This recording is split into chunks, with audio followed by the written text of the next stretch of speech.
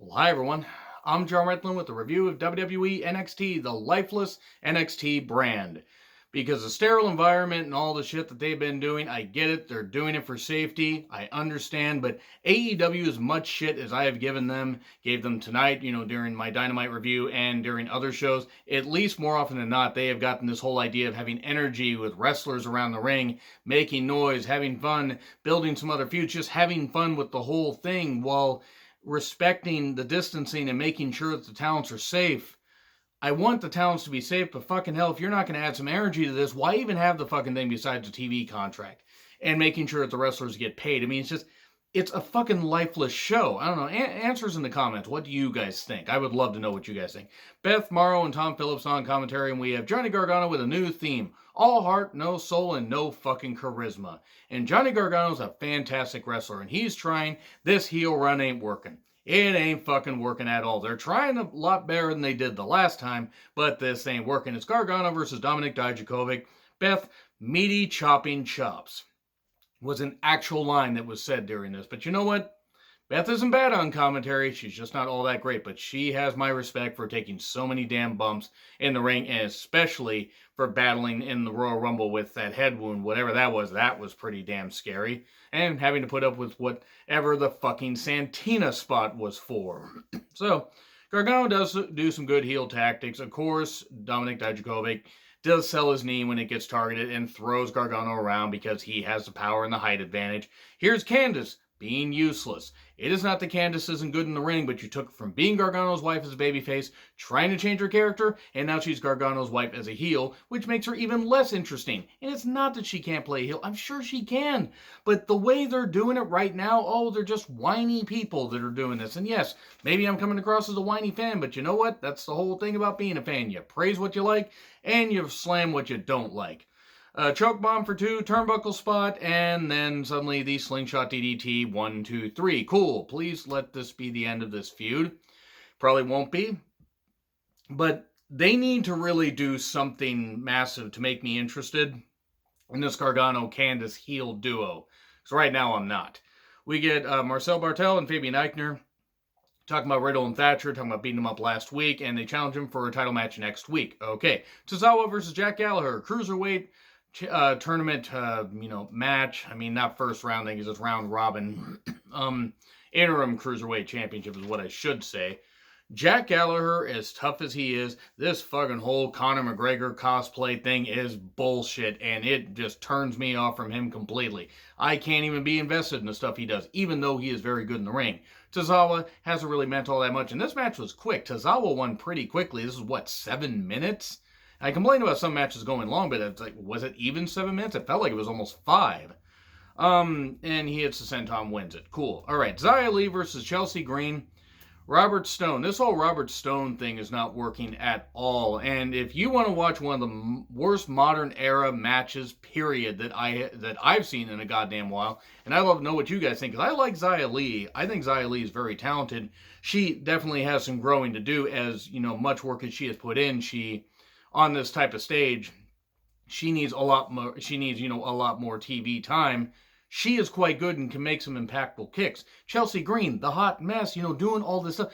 Chelsea Green is a pretty good worker, and this whole thing is not working at all. And she's got one of the worst themes this side of Wardlow in AEW. And then here's Aaliyah, because Xia Li broke Aaliyah's nose at one point. I mean, I believe it was a work. I don't think it actually was legit, or if it was, I'm glad that Aaliyah did recover. But you want to talk about somebody that's useless? Aaliyah. Why is Aaliyah still, in NXT? Why are they giving her multiple opportunities, not just having her at the Performance Center, or, I don't know, maybe just paying her to sit at home for a bit and say, hey, when this whole thing dies down, then we'll bring you back to the Performance Center. And you can actually justify the fact we've been paying you for 6 fucking years. And I'm sure she's trying. And I'm not saying I can get in the ring and do this stuff, but fucking hell, you gotta show some kind of improvement, and she fucking hasn't. And Chelsea, it's a very super sloppy, unprettier. I mean, my God, that was as sloppy as watching Sable in the fucking ring. And Chelsea Green is no Sable. She has about as much... She was called the Total Package by Robert Stone. She has about as much charisma as the Total Package, aka Lex Luger, meaning not that much. These women can be used better, and this was just a terrible fucking match, a terrible use of the women. So we then get the big entrance for Cross and Scarlett. I'm going to call them Cross and Scarlett because Karrion Kross can't get behind that. Killer Kross is a fine name. They need to change that for rights or whatever so Vince could own the rights. Cool. Cross and Scarlett. Great entrance. Love the song. I'd love to know who sings it. I mean, Scarlett was mouthing it. Unless she actually sang it, that would be pretty damn impressive. I'd love to know who actually sings it. Let me know if you guys can find a link or you tell me who the band is. The whole Fall and Pray thing. They put a lot of money and a lot of effort into this. They are going to treat Kross like a star, which is fair. I've seen Kross at 2 indie shows.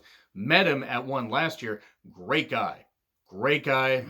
Tall as hell. Great strikes. Great submission ability. And commands the room no matter what crowd he is in front of. And in front of a hot Seattle crowd, he had them eating out of the palm of his hand. And he beats up Leon Ruff, treats him really rough, yes, bad joke, and beats him with the cross jacket. He decided to cross jacket off, gross, and beats him. Cool, okay, that was fine. And you know what? If they can invest in Kross and Scarlett properly and build this could work. This could work.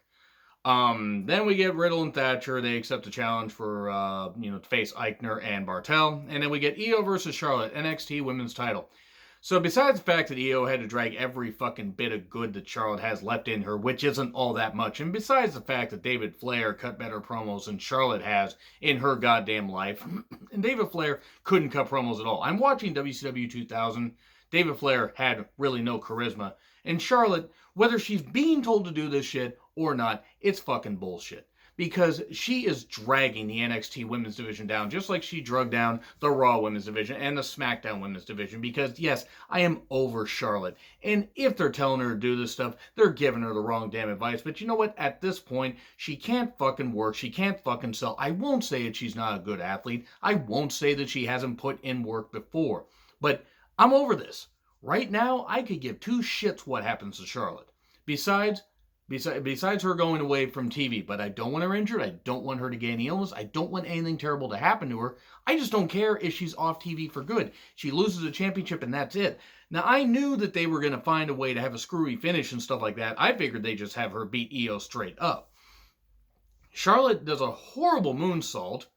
Like, yes, it's impressive. She can do the backflip and stuff like that, but if you can't...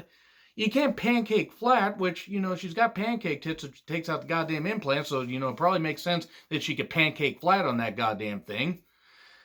Yes, it's a cheap joke, but just fucking Christ, if you can't do it, don't fucking do it. Do something. Say, hey, instead of this, let me try this. You're Ric Flair's daughter. Ric Flair was 10 times the wrestler in the ring that you ever have been, that you could ever hope to be. Io then does a moonsault outside. Charlotte dodges, hits her with a kendo stick. So again, Io having to drag everything out Charlotte. They do the DQ finish, and then she beats Io's leg against the rope, which still could hurt, but no, against the ring post. And then Rhea comes down. Now, here's the thing. If the whole thing about Rhea having visa issues, and that's why they took the title off of her, turned out to be true, I could have understood it. Now that I'm understanding this, it wasn't true. And if those visa issues weren't true, why the fuck did you take the title off of Charlotte, or put it on Charlotte, rather, in the first place? Why? Why would you take it off of Rhea, somebody they were building up, that they had built up pretty damn well, winning at War Games, winning at Survivor Series, beating Shayna like a month later, less than a month later, and then having a not very good title reign because they didn't really book it all that well. They booked Bianca into the goddamn ground because they were already building up Rhea versus Charlotte. So this has just been a series of dominoes that has fallen that has completely wrecked what was left of the NXT Women's Division. They have some good talent in there. They do. Even if I don't like some of the characters, they got some good talent. And this isn't it. This isn't it. And I'm sick of the golden shovel twat. I had to get one of those in here because I'm sick of this golden shovel twat. I don't want her on TV anymore. It's embarrassing watching her plague the women's division. And Charlotte Flair is a plague on women's wrestling right now. She is. She's a fucking plague. Anyway. Rhea and Io shout at each other backstage or outside, and then that gets broken up. And then we get Kushida versus Jake Atlas. Jake Atlas's, rainbow sparkly jacket. Good stuff. It's cool stuff. Kushida, love Kushida. This match is kind of short. Jake did get in some shots, but Kushida beat him with a cross arm breaker pretty quickly. And then Balor with his FinnPodium, or his FinnPosium, if you will. He was actually at the podium saying it was a worked shoot thing, using a lot of insider terms, saying the person took me out trying to get my spot. Well, it won't be a push, it'll be a squash, essentially. And then we get, I almost said Frank Grimes, Cameron Grimes versus Denzel Dejournette, and he beats him pretty quickly, even though Denzel threw him around a few times. Cave in, 1, 2, 3. And then he says it's Grime time, and he calls out Finn, saying he wants to top Finn. Maybe he didn't say that, but maybe that's how I interpreted it.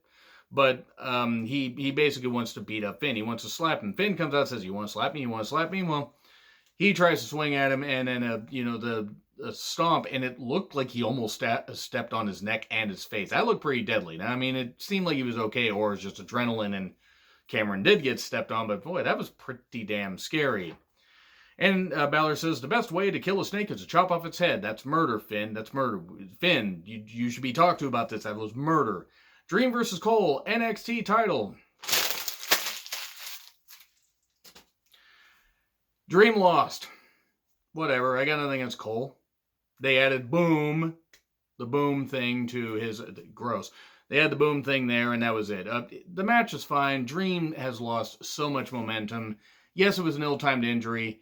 It just feels like they didn't really know what to do with him even before that, and just nothing's really happening. So anyway, that's basically what happened, guys. So anyway, yeah, the producer made an appearance. So yep, that's it. NXT, it was blah. It was kind of blah. I'm sorry.